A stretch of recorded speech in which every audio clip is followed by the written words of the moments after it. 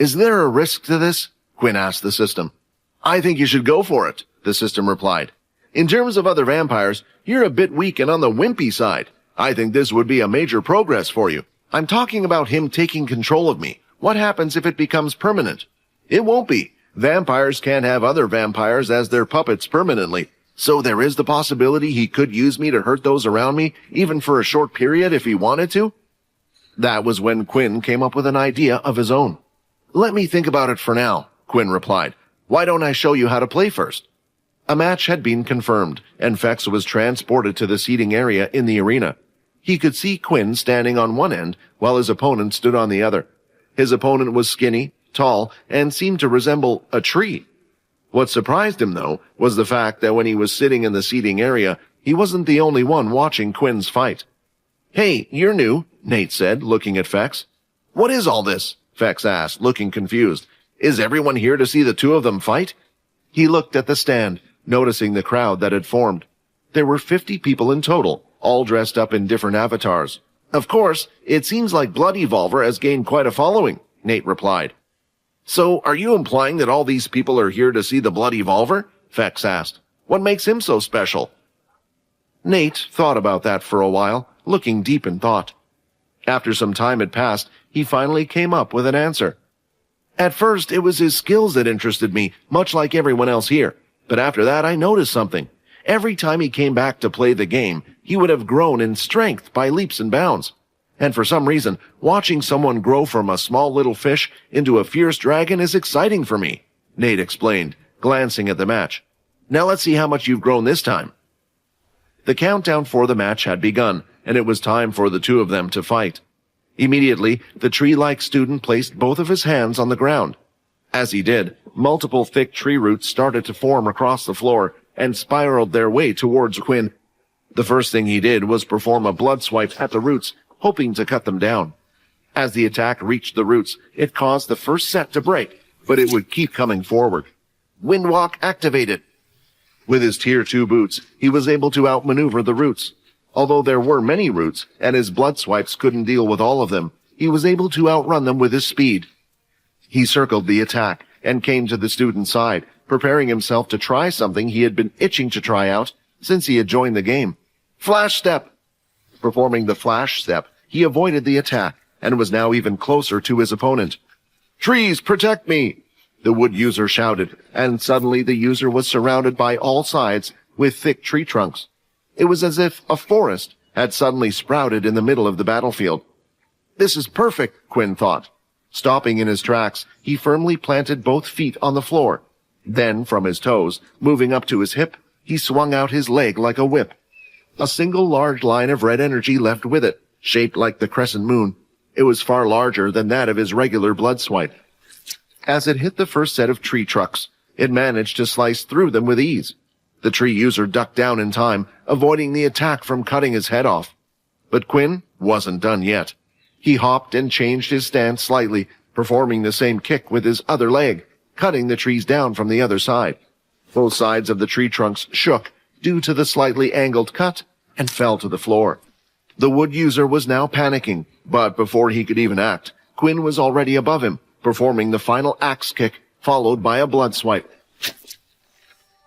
Level 4 opponent has been defeated. 10 EXP gained. 80 of 100 experience points. Congratulations, a new skill has been created. Blood Crescent Kick. "It seems like you have gotten stronger once again," Nate said. "A new skill, but how?" Quinn thought. "Impressive," the system said. "It seems like you managed to create a unique skill. This is a skill that you made all on your own, one that was not part of the system originally." Fex, having witnessed the whole thing, was quite amazed. Did he come up with that skill himself? Yet, he doesn't even know the basic hand-to-hand combat of the vampires. As he was deep in thought, he heard a laugh by his side. "Looks like another one has been converted into a fan," Nate said. "You wouldn't believe it, but every time he fights, he shows me something new. This kid is growing stronger fast." "Every time?" Fex replied. "Are you sure he didn't just use these skills before?" "I'm positive," Nate replied. If what Nate was saying was true, Quinn was getting stronger at an incredibly fast pace, one that hadn't been seen throughout the history of vampires. Perhaps he is related to them. But I thought they all died out. If it's true, it would make sense why he has the shadow ability. Did they just move to Earth instead? Just as he was leaving the game, he had received a single message from Nate. I'll see you soon, and make sure you join the fighting event. Quinn knew exactly what he was talking about. The upcoming military base event. Soon all the bases would meet up to compete in special events, each trying to show that they were able to raise the best and strongest students.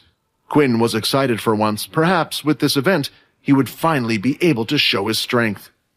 Inside the VR gaming room, one of the pod doors was abruptly opened, and out stepped a fairly domineering man with a burly build physique.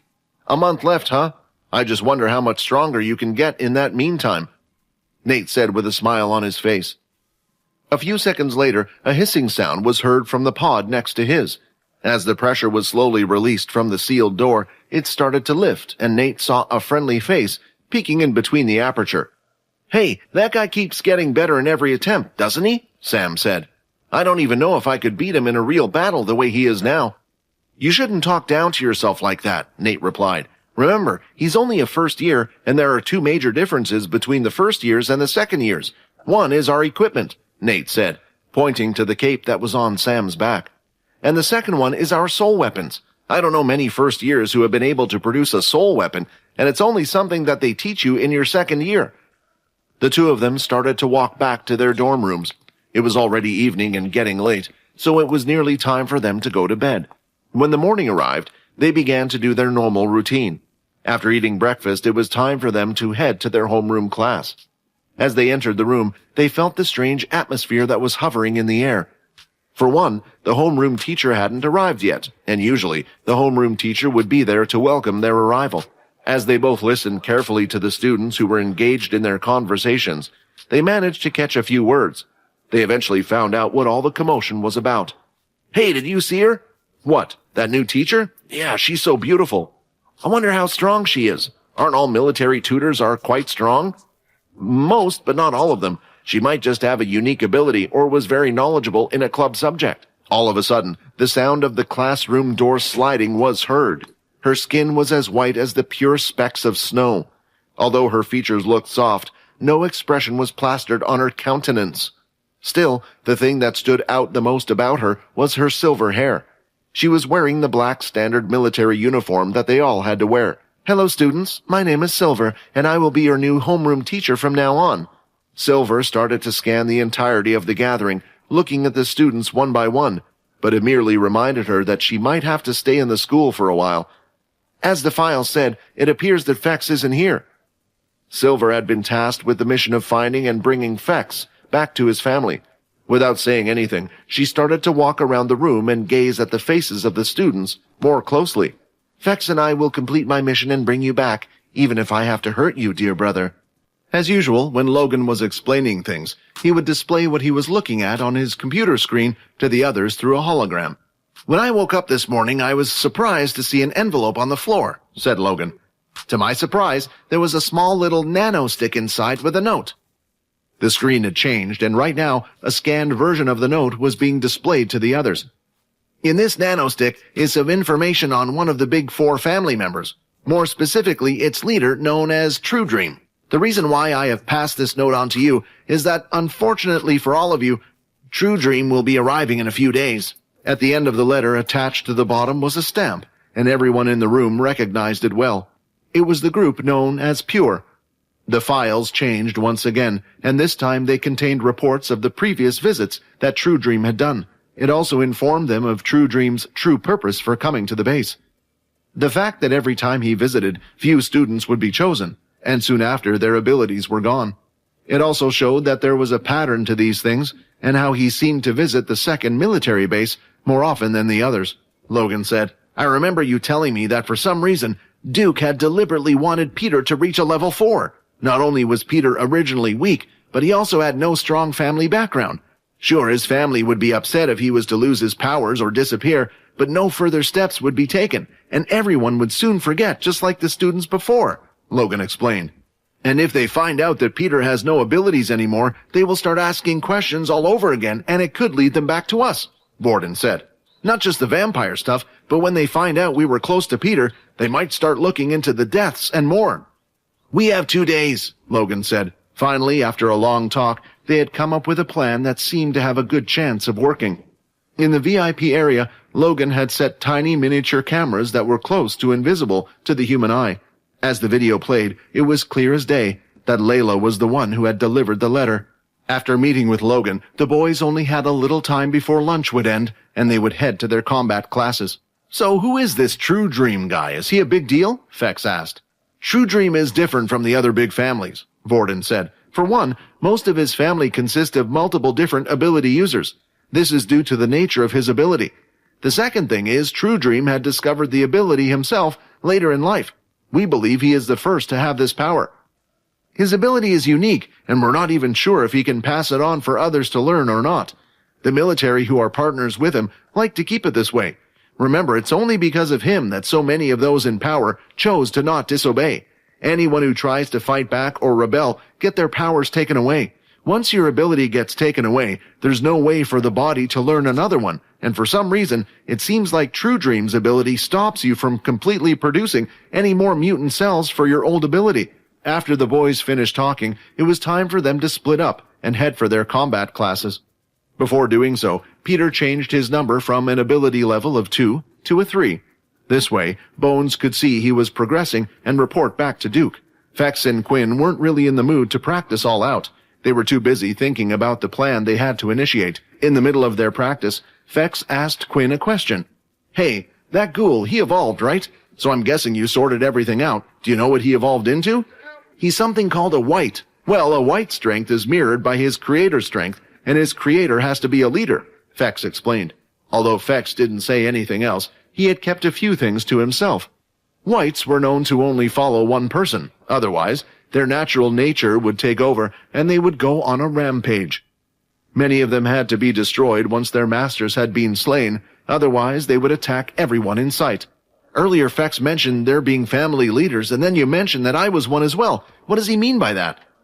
The vampires are controlled by a council. The council is split up into 13 different leaders and a vampire king or queen. These are also what are known as families. When you created Peter and made your family name, you automatically became a member of the council. But then, why would they be after me? Quinn asked. And wouldn't this mean I would be safe if they found out about Peter? Quinn, the vampire race like to seem like they are working together, but they are just as cruel and power-hungry as humans. When the vampire king or queen decides to go into eternal slumber, then a new king shall be selected from one of the 13 leaders. While the current king or queen is still present, they must do as they say. But once they disappear, it will turn into a cruel battleground. You are a leader in name only. A shortcut was created due to the system. A lowly vampire like you is too weak. To become a vampire leader, one at least must have the rank of a vampire lord. The ranks are as follows. You have a vampire, vampire noble, a vampire knight, a vampire lord, and finally, the vampire king or queen. There are also the subclasses such as Peter within these ranks, but they can never rise above their leaders or creators. Each vampire has a basic set of skills. However, the 13 different families are each divided into different abilities they have. This does not mean they are all related by blood. However, before learning an ability, a vampire must go through a blood ritual with that family, meaning they can never go against them. Only then will they teach that vampire their ability.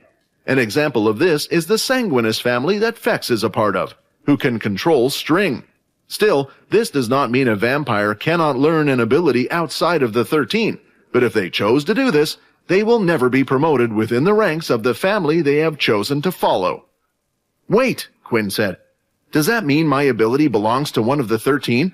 Your shadow ability is not part of the 13 families, the system replied. But I warn you to not use your ability in front of others.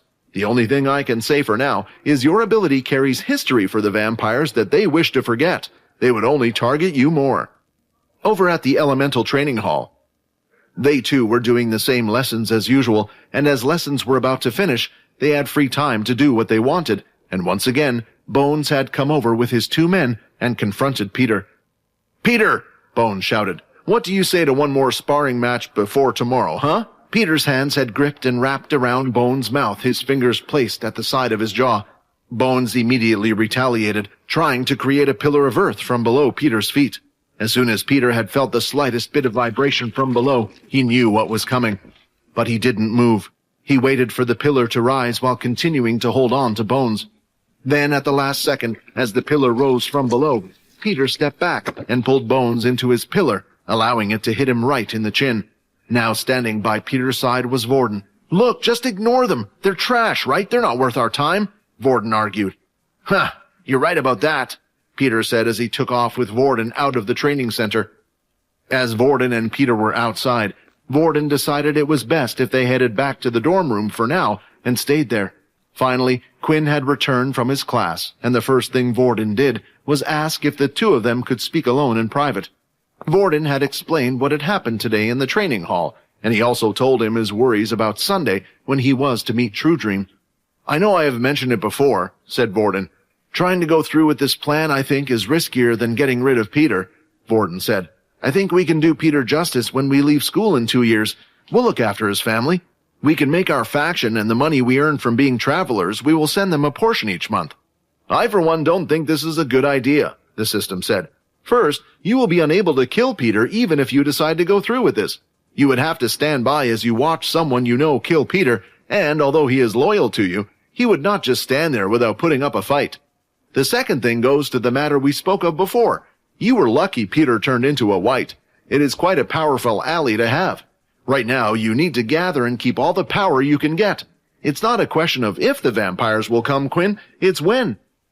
Suddenly, as these thoughts filled Quinn's mind, a strange feeling came over him once again.